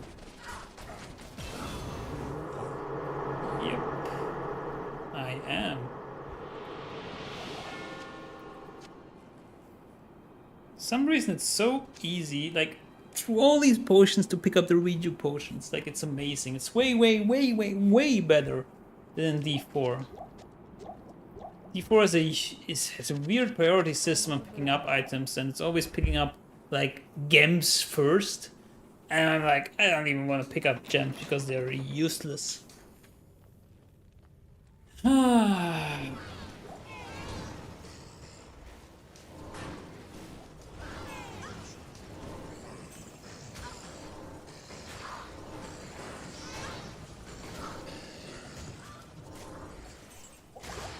There's just some parts in D2, in D4, where I'm like, have they even played the game? Like, what is going on here? It's so inconvenient. Absolutely easy, yep. Absolutely. Crushing everything here. We're 1 bar away from getting Shadow Master, which will make us even stronger, having a tanky, I learned that word, tanky companion with us. It's gonna be great. And then Bale will stop laughing. I don't know if we will kill the 5th wave though. I mean, it's just We could, I guess, but it just takes a lot of time, and they are immune to Cloak of Shadows, which makes it super annoying. And they have knockback, which makes it more annoying. Oh, we see.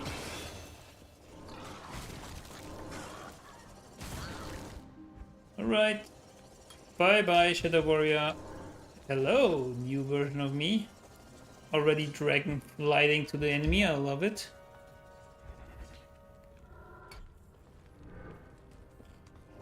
I was surprised that D3 didn't even have controller support considering it's on console too. Yeah, that's... I don't know. I don't know. They actually, I think they built the client completely new for consoles and they cannot, for some reason, retroactively put it in D3. And or it's just too much effort. But yeah, that's really, I don't know, that's really poor.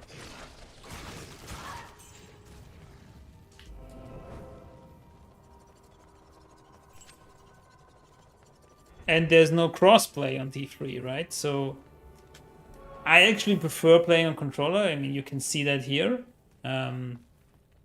So D3, if I play Diablo 3, I play it on console actually, but I cannot play with anyone on PC because it doesn't have crossplay.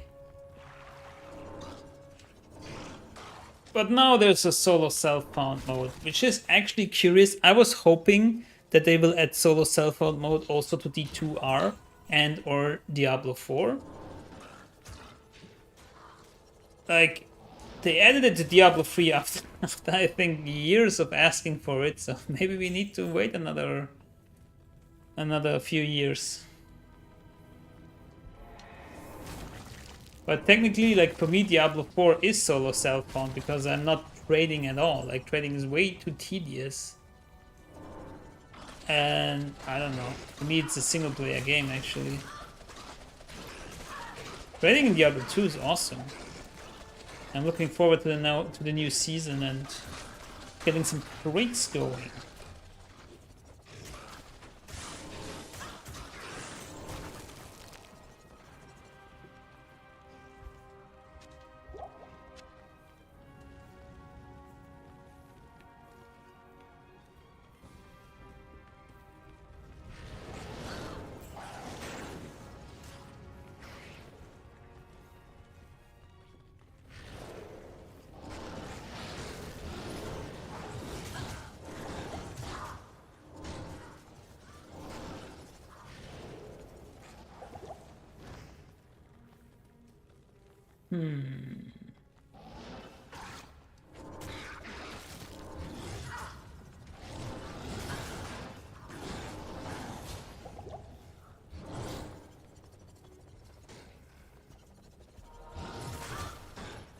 Feel more skillful. Good, level 3 Shadow Master. Through the skill shrine. Actually, we are now maxing Shadow Master because it will be a great companion, not only in damage but especially in tanking for us.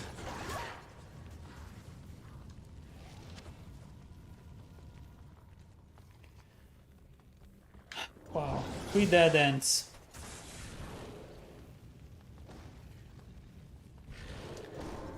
Isn't trading D2 equally as annoying, if not more annoying though?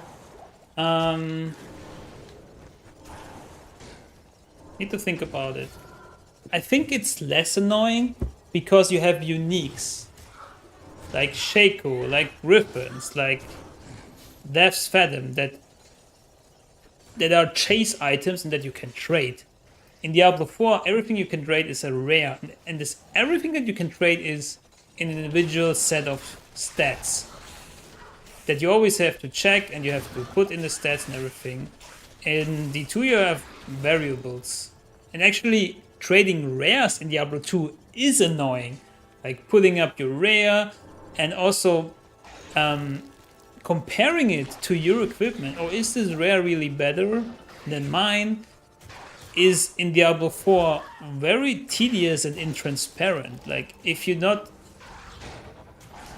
I don't know, have super high knowledge about the game, watching every guide or whatever, it's just not apparent what is better.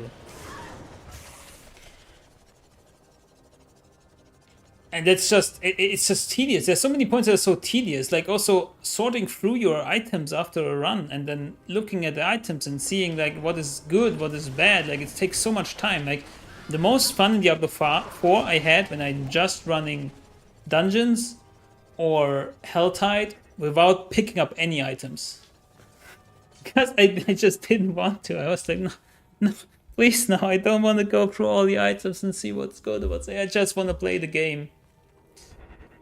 And in a way, I guess in Diablo 2 it would be the same if you would pick up every item, but at some point you know in Diablo 2 what to pick up and what not, what's worth picking up, what not. And that comes with game knowledge, of course, but in Diablo 4 you have no chance of knowing beforehand what to pick up, what not. The only thing you can filter out in your mind is, for example, oh, I already have the best in slot amulet. I don't need to pick up amulets. But then again, you want to pick them up if you want to trade, right? So you still have to go through them and see if they're good. In Diablo 2, I know, like, okay, rares, drops, for example, yeah, maybe I can pick up some rare boots, maybe some belts if I want to look, and gloves, and they are not as many drops as in D4, right? Like, Diablo 2 rare drops are actually rare. I don't get a rare every other mob. Like in Diablo 4, it's just too much. It's just too many drops. And from the beta, I was like, wait, these are called rares. And rare is like, it's not uncommon. It's even less occurrence than uncommons or magic items. But they are dropping. Like my inventory after every dungeon is like almost full. If I'm only picking up rares, how can that be? How can they be really rare then? And I don't know why I need so much items. I mean, yes, I can salvage them and I can use the materials, but they can just lower the requirements of materials that you need and just lower the drop rates and just make the items better. Remove a lot of affixes that just make items worse. Because there are a lot of affixes that are just not worth it. You don't want them ever. There are too many affixes. Just prune the affixes and lower the drop rate, because if you don't do that, then you would only get like great items, of course. And then, you know, at least it's less annoying and you don't have to go through. And then, of course, yes, they need to make the readability better and like maybe add some loot filter, but loot filter is like more work, I guess.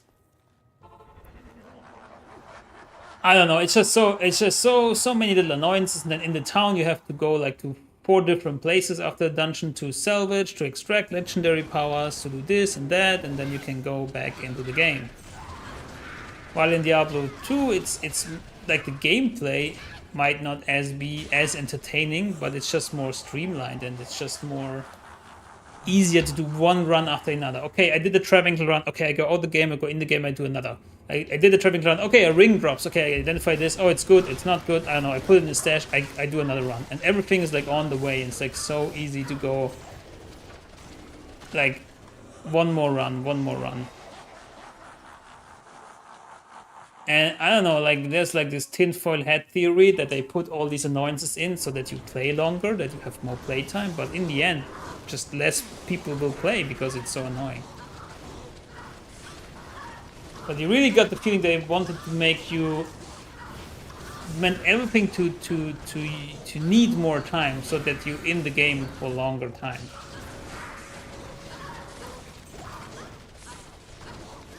100% agreed. Lower the drop rates of rares, make them actually strong. Yeah, you can make them strong just by removing some of the stupid affixes that they have. Like, I don't know, there's like damage to frozen, damage while frozen, or damage with frost spells, damage with cold spells, damage with cold damage, damage with frost damage. Like, why? Or like damage with shapeshifting skills, damage while shapeshifted, damage while in werebear, damage while in werewolf. Like, why not just make it plus damage while using a shapeshifter skill, or like while shapeshifted? I don't know, it's the same. It's just the same. I don't know, I just...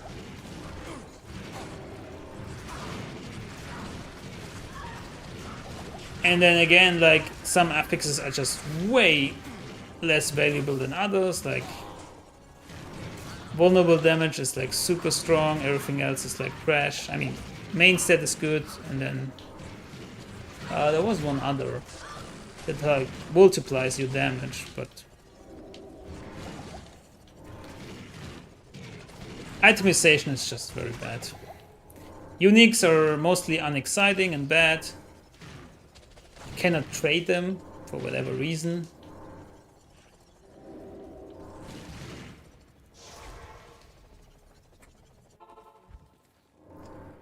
Sorry, I didn't even want to go on a rant. It's just a bit disappointing. After they even hopefully looked at D2 again, at D3. Even D3 does it way better. D3 for me was way more enjoyable in terms of items, although there are also a lot of items dropping, but it's way easier to discern it. And then in season 28 with the pet that automatically salvaged your whites, your blues, and your rares, because rares at some point are also not important anymore there, but you need them for crafting, which is fine, you know, just auto salvage that, I don't care. And then you just hunt for legendaries and prime legendaries. But here, like, it is a cool system in theory that you can put your legendary aspect on a rare that you find. That is great. But I don't understand why they made rares so plentiful. Like, if rares are the endgame chase items, why make them drop every second? Like, why not just drop them less but make them actually strong, and then you're happy to find a rare. But like, I don't know, 99% of the rares are just trash. Hey, Icky910, sorry, Icky19, nice to see you. Hope you're having a wonderful day that only gets better with some D2R content. Hey dude, I think D4 needs to add some set builds for each class, just like D2 and D3. Yeah, for example, like something... It might seem like something more obvious to chase, which at first people think, oh, well, that's boring, but it's actually not. Like, if you look at D2, you have some obvious chase goals, like Enigma, like Shaco, like Dream, like whatever. Like, you know what you want to get later, and you actually feel more powerful and stronger. With D4, you actually have most of your build by level 70, and then the rest that you get, they're just small increments of power. Like, oh, there's like 2% more vulnerable damage on it. Okay, I guess it's better, but it's not exciting. And then you also have to find the right legendary aspect to slap on it, which in best case you want to be perfect, but maybe you want to hold on to the perfect aspect, so maybe you find a better rare later. Like, I don't know. And all the items you find until like level 70 or something just seem useless at that point. And in D2, for example, you can make a Spirit Shield, which arguably is too strong maybe, but there are some things that carry from mid to late game even, and from early to mid game. And there are even early games, there are even like Hotspurs, for example. They're just boots, they're normal boots that you can use in the late game as in actually in a meta build. And that's cool. But in D4, everything just seems useless at a certain point, and I don't know. It just doesn't feel good. Or not as good as in D2. Some things I think in D2 are also not great. Like, I think like rune drops are really too rare at a certain, like high runes or something, and you really have to put in a lot of time and effort to get these. And it only works well with trading, I think. Also, some uniques are too rare, and some of them are also too weak. But again, it works pretty okay with trading, and that's where D4 doesn't have trading. I mean, Shaco or something, Grandfather, is such a rare drop chance that we only seen a handful posted online so far. Like, this is ridiculous. Why even do this if you cannot even trade? Who cares if you find 4 Grandfathers? I mean, that's maybe too much, but at least something that is exciting, you know, because a rare is not exciting. Finding a Grandfather or Doombringer, that's exciting.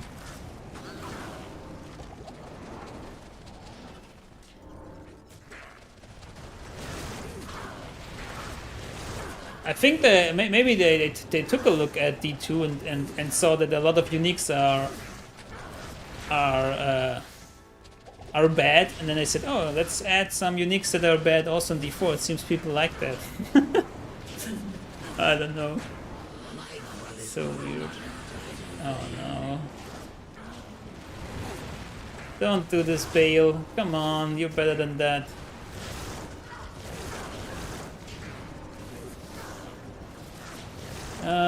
Sets would be a terrible idea, at least to work like the 23 would. Well, if you look at the sets in D2, I mean, they work pretty well. Some of them are useless, or most of them are useless, I guess.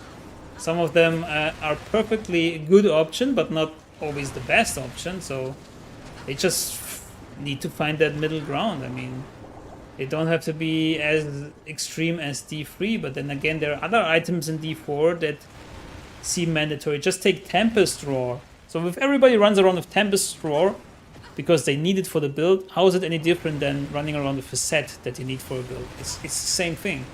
It's just less items or more items that you need. And it's not necessarily bad, but if it's like, I don't know, like if you cannot play the build without that item, I don't know if that's really good design. Because my impression was, when they were talking about D4, they wanted to make skills impactful, so talent points that you put in. And your gear should just improve them, but in the end, like, legendary aspects are even more impactful than your skill points. So, I don't know. I don't like that. Like, we don't have sets in D4, but we have legendaries that actually define your build. So it's not that much better. Afternoon.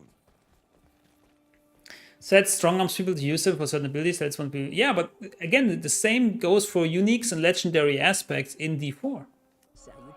Like, look at Tempest Roar. You cannot have this. I mean, at some point you need it. I guess people also play through without it. Or if you find it, it's so good that you actually have to do that build in some way. I can only compare to D3, obviously, but you can't use certain abilities unless you use the set that is tied to that skill, which trims administration that isn't good. If a D4 introduces set and don't go there, then it's fine, but definitely worth it in one. Yeah, no, I agree. Like in D3, sets are fun because you feel very powerful with them, but it limits your build variety, because if you don't use a set in D3, there are some builds that don't need a set. I get that, but like, if you want to go a certain build which has a set and you don't use the set, then you're always way less powerful.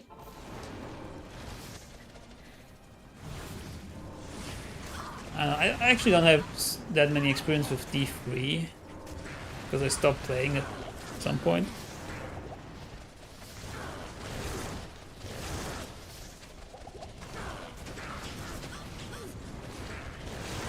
And they don't have to do it like D2, they don't have to do it like D3, they can do their own thing. But the thing that they did so far seems that it doesn't appeal to a huge amount of players, right? I mean... And Season 1 mechanics were just I don't know. And before Season 1 they brought that patch where they nerfed everything, which made it so that you need to use the Season 1 mechanic to feel powerful again. And that's very sketchy. I don't know.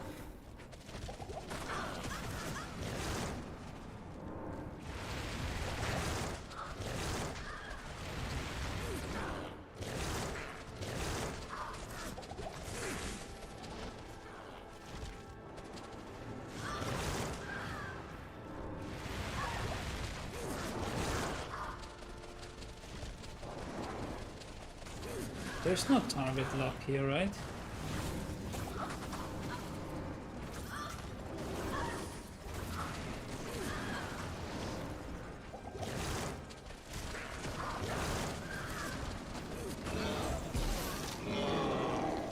There we go! We defeated normal difficulty on hardcore. If we have something called Legacy of Dreams, which is a gem that gives you X amount of 5% damage for each non-set legendary you use, which is certainly a way to non-set builds viable, but it's a band-aid. Fix all larger issues. Still could has that too. Yeah, I heard about that, right? And yeah, as you said, it's not fixing the issue, and I don't know. I'm glad we have T2R. Whole Tusk. I don't know. And Cleglaw. So we have a lot of knockback if we want. Jeez. Cleglaw's full set is actually not bad for Blade Freezing.